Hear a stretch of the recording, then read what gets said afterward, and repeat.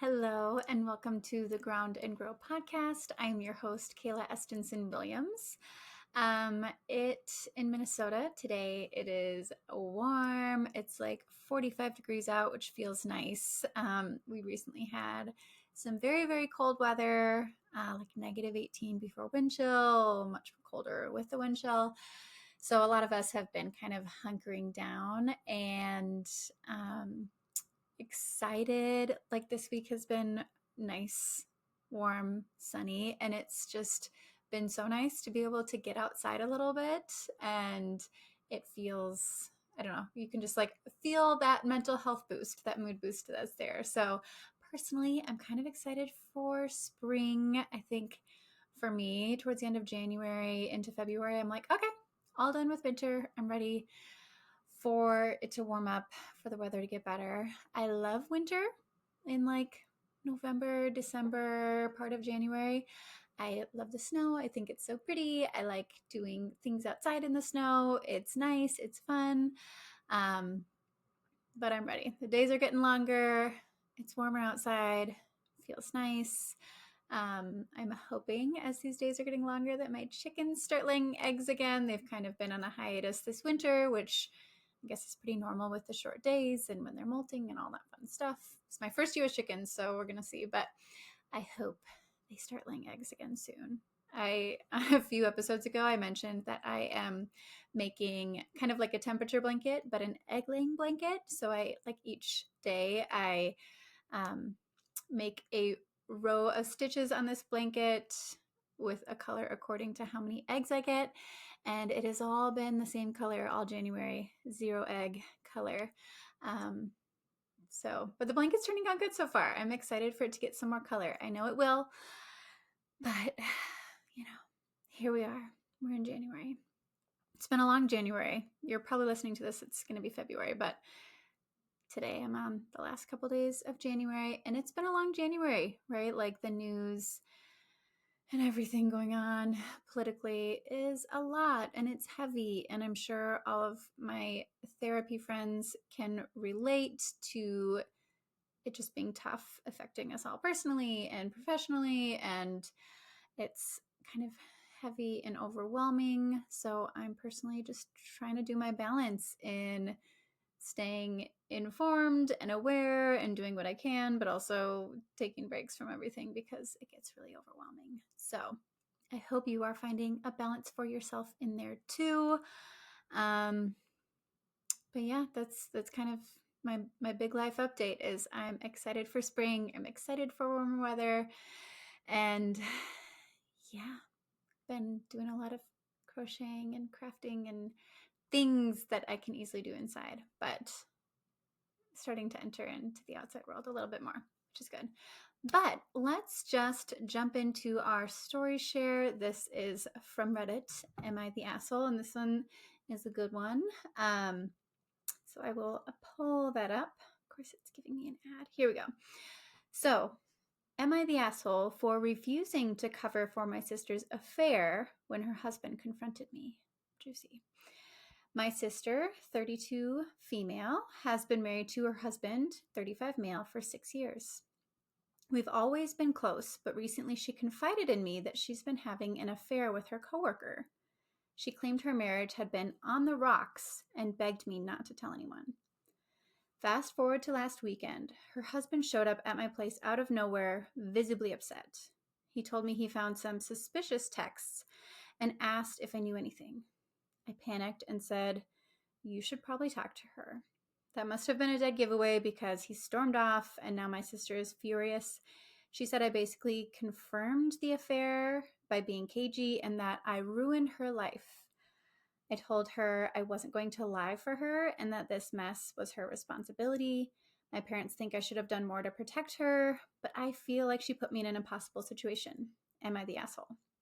So, from my perspective, no, right? Like, you are not the asshole here. I would have done the same thing. And I think it's so tough with family, right? In my work as a therapist.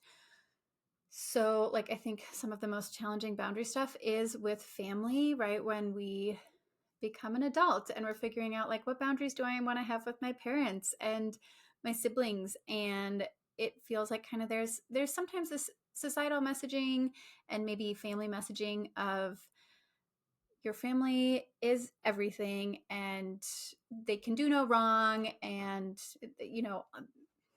just so much stuff that's really all or none, and causes a lot of problems because it leaves people feeling like they're not allowed to have boundaries with family. They're not allowed to hold the space that they need to or connect to their values if it interferes with what their family wants them to do. So a lot of my work obviously is challenging that, right? Like family can be important and you might want to work really hard at supporting your family relationships, at supporting your family members. That you might have family members that you would drop everything to go support and help out. And that doesn't mean that you can't hold them accountable for things that they're doing, that you excuse behavior that's not okay, that you let people walk all over you, that you drop your values to support someone else, right? So it can be really complicated because there can be this dialectic where we're balancing a lot of things that feel conflicting at the same time.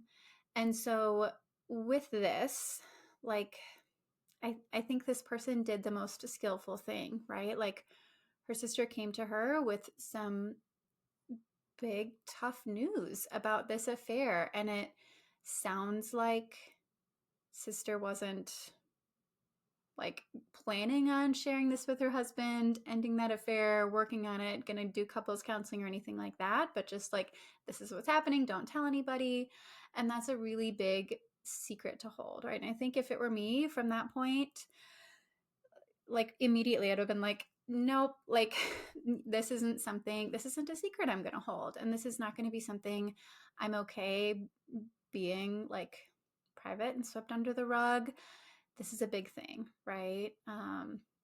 Because unless it's, discussed and planned to be like an open relationship or different things, this isn't okay, right? Like it being called an affair lets me know this isn't something that was a part of their relationship dynamic, right? So if my sibling came to me with that, and I'm really close with my siblings, right? But if they shared that with me, I would say like, yes, I'll support you and we can talk about it and we can talk through what's going on with you. And you need to share this with your partner. And, they need to have this information. And maybe you work on it. Maybe go to couples therapy, try to repair, whatever it is. Or figure out if you want to separate. Like something has to happen. And personally, I probably wouldn't be like, it's happening tomorrow, right? Or today. But I would say like, here's a little time frame. Like I want you to like process this on your own, maybe start your own therapy, wrap your head around what you want to do. But within a short period of time, you are going to tell your partner. And if that doesn't happen, I will, right? And a part of that comes from like my siblings' partners I'm close with as well, right? Like I care about them and I want the best for them. And that would feel really icky to know that something horrible is happening in their relationship that they aren't aware of, right? So it gets complicated. I know it's going to be maybe a little different in each family, but personally, that's how I'd approach it. And if my client was coming to me with this, I'd kind of say like, yeah, it's probably not healthy for you to be holding the secret because that's a big secret, right? And to be expected to go along as things are normal. Maybe there's family get-togethers or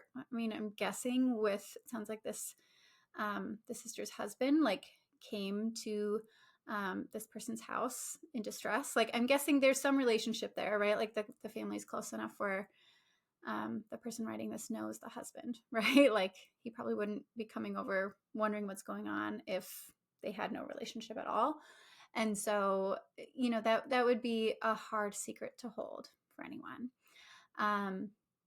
And I like how they, kind of, instead of maybe sharing all the information, said you should talk to your partner about this. So kind of confirmed like something's going on, but it said like this is a conversation for you guys to have. I think that's totally appropriate and okay here too.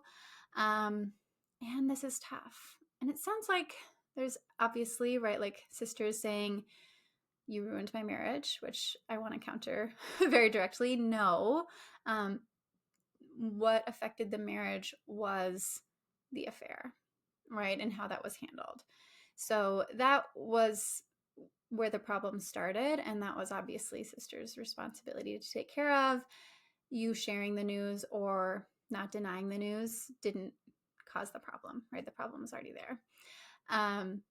But it sounds like in this family dynamic, even her parents are coming at her kind of like, you shouldn't have done that. You should have done more to protect her. And so I want to say this because this is something that comes up a lot in therapy sessions where people, especially if it's with family or people they've had really long relationships for, they want to protect them and they don't want to hurt their feelings. They maybe don't want to hold them accountable for things because they don't want to cause pain, right? And it comes from this very protective place. But I want to name that that isn't helping them either, right? So if the reason that you aren't doing the thing that you feel you need to do is because you're trying to protect someone else, check if that's actually protecting them, right? Like, yes, in the midst, this news being out is kind of like an explosion. It's blowing things up. It's really big. But keeping it a secret isn't going to help, right? Like, it's not going to help their marriage. It's not going to help whatever sister's going through. That's not going to help, right? Her being held accountable for her actions, getting an opportunity to make amends and do whatever she needs to do with it. She's going to have to choose to do or not, right? But she has that opportunity, right? Like the news is out there. She has this opportunity to connect to what she needs to. That's going to be the thing that helps her, right? Everyone in the family system enabling this and keeping the secret and protecting her isn't helping anybody. It's probably digging her into a deeper hole, right? The longer this affair goes on without anybody doing anything about it, is probably going to be worse, right? So while these moments when we shift in our boundaries or show up authentically with our values or hold people accountable in our family system, like those moments are really tough because they challenge a lot of family dynamics. They can make things feel really complicated and really tricky. And they create opportunities for positive change, right? And I want to like put a big asterisk on opportunity, right? Like you putting something out there doesn't mean that sister's going to handle it in a skillful way. You letting parents know what was important for you doesn't mean that they're going to understand and support you and not no longer enable, behavior that is out of alignment with values. You confirming this news to husband it's not necessarily going to make anything better. But it gives people the opportunity to do what they need to do to move forwards, right? And the hard part of that is accepting that people might not choose the skillful thing, right? And I know I'm saying like skillful as if I know what the right thing or whatever is, but I think we're probably all in agreement. Like there are skillful ways to handle this and there are not so skillful ways to handle this. And a skillful way probably would be being open and honest, right? Like the sister being open and honest with her partner about what's going on, them deciding together if they want to do couples therapy, make some repairs, having open, honest conversations within the family system, giving people support, right? We don't have to like make anyone the villain or anything. There's probably really complicated stuff behind everything.